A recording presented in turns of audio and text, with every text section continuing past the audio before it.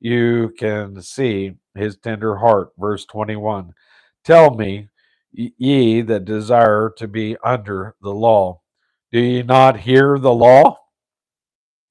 There are people who talk about the Ten Commandments or some legal system, but they don't talk about the penalty imposed by the law. They don't present the law in the full orb or its ministry of condemnation. Notice what happens when God called Moses to the mountain to give the law.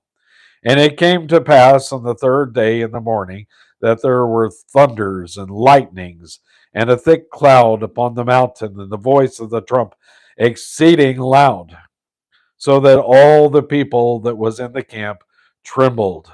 And Moses brought forth the people out of the camp to meet God, and they stood at the nether part of the mount. And Mount Sinai was altogether on a smoke, because the Lord descended upon it in fire, and the smoke thereof ascended as the smoke of a furnace. And the whole mount quaked greatly. And when the voice of the trump sounded long and waxed louder and louder, Moses spake, and God answered him by a voice. And the Lord came down upon Mount Sinai on the top of the mountain, and the Lord called Moses up to the top of the mount. And Moses went up, and the Lord said unto Moses, Go down, charge the people, lest they break through unto the Lord to gaze, and many of them perish. Exodus chapter 19, verse 16 through 21. God told the people to stand back, actually stand far off, when he gave Moses the law. In Exodus chapter 20 and verse 16 through 21,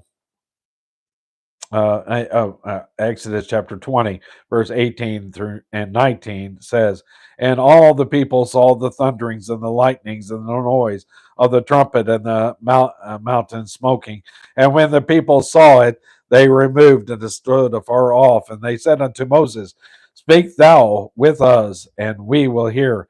But let not God speak with us, lest we die. We cannot conceive of how holy God is, and you and I are renegades in God's universe.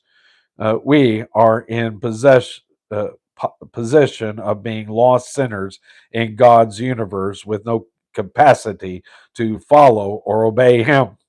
Romans chapter 8, verse 6 says, For to be carnally minded is death, but to be spiritually minded is life and peace. The carnal mind is enmity with God.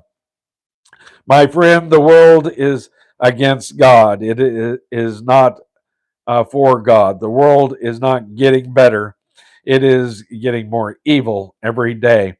And it has been bad since the day God put Adam and Eve on the Garden of Eden.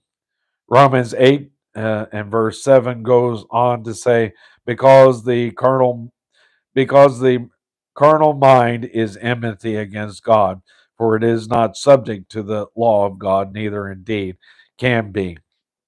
No wonder the children of Israel trembled and moved away from Moses and said, We will die. They said, Put that in a box. We don't want to have direct contact with that.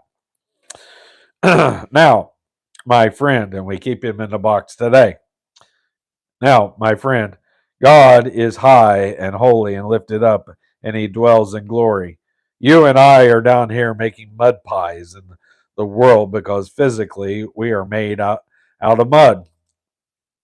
We creatures walk about here on earth and have the audacity to walk contrary to the will of God.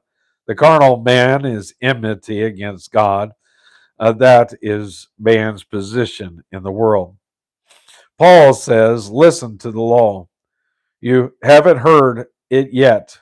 It was true the Galatians had not actually heard the law. The giving of the law was not beautiful and cozy, but terrifying. The Galatians seemed to want to be under law, so Paul was going to let them hear it.